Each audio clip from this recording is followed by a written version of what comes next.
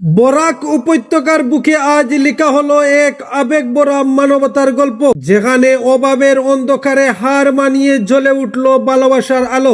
এই এতিম বাচ্চাদের মুখের দিকে একবার তাকান। বলুন তো, এই ভিডিও শেয়ার না করে কি সত্যি আপনি থাকতে পারবেন? বরাক কণ্ঠ পরিবারের তত্ত্বাবধানে এবং আব্দুল কুদ্দুসের আন্তরিক সহযোগিতা ঈদকে সামনে রেখে কয়েকশো এতিম বাচ্চাদের হাতে তুলে দেওয়া হলো নতুন কাপড়, যে ছোট্ট মুখগুলিতে প্রতিদিন লেগে থাকে না পাওয়ার কষ্ট।